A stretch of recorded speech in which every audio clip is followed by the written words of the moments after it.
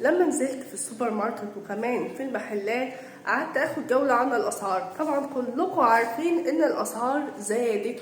الاسعار السلع الاساسيه، الاكل والشرب اللي احنا منقدرش نستغنى عنهم ولا ان احنا نقطعهم. ما هن ايه كمان هنموت ولا ايه؟ طب هنقطع السلع التانية. طيب والسلع الاساسيه ايه ده؟ كده بقى خلاص الواحد هيتسل ويبقى عامل زي الخشبه كده ويقع ميت.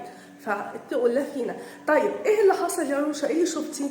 انا شفت حاجه بصراحه لما شفتها قلقت واترعبت، لانها كانت موجوده زمان واختفت وهترجع تاني. وهفكركم وهعمل فيديو وهفكركم باللي انا قلته كلامي صح. هتقولوا لي هو انت ايه مفتش كرومبو؟ لا انا مفتش روشا وكلامي بيطلع صح. انا مش شيخه، بس انا واحده عاديه من الناس البسيطه اللي بتشوف الحاجه بعينيها وبتعقلها بدماغها. طيب ايه اللي حصل؟ فاكرين يا جماعه في زياده اسعار الزيوت اللي حصلت قبل كده؟ مش تلاقوا ان هم نزلوا لنا الازازه ال700؟ وطبعا دي ما كانتش بتبقى موجوده، معروفه الازازه اللي مش واخدين بالكم ان الازازه ال700 ابتدت تنزل من تاني. بصوا يا جماعه وهفكركم، الازازه دي لما بتيجي تنزل من تاني مش رأفة ورحمه بينا، نو نو نو نو، لا طبعا، هو علشان بيحاولوا ما يخلوش الناس تتصدم او ان هي تصوت وتشق هدومها. ليه؟ لان الازازه ال700 دي علشان يعني السعر بيبقى قريب شويه من الازازه اللي فهتحس الناس فهيبصوا للسعر ومش هيبصوا للحجم.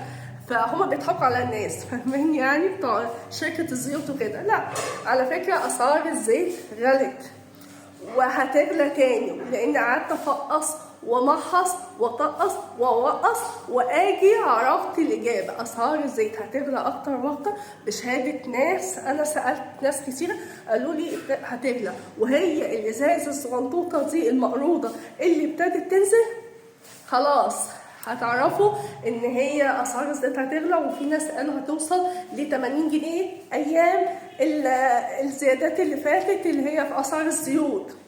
وكان بقى ايه الواحد يقف كده قدام ستاند الزيت، طب نشتكي لمين يا رب؟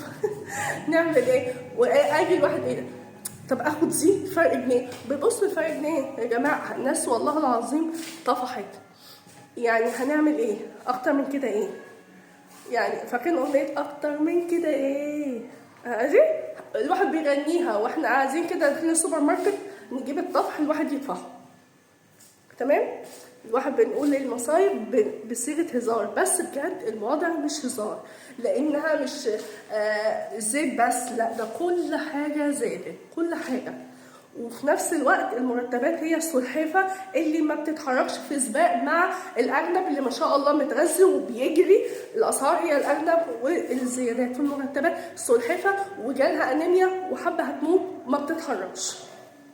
لازم يبقى في توازن يا جماعه، يا اما مفيش زيادات خالص في الاسعار، لان مفيش زيادات في المرتبات والمعاشات، فما بالغ اصلا في اللي ما بياخدوش اصلا مرتبات وشغلهم شغل حر، يعني رزق يوم بيوم. تقول يا جماعه في الناس بجد احنا بنقول جاي.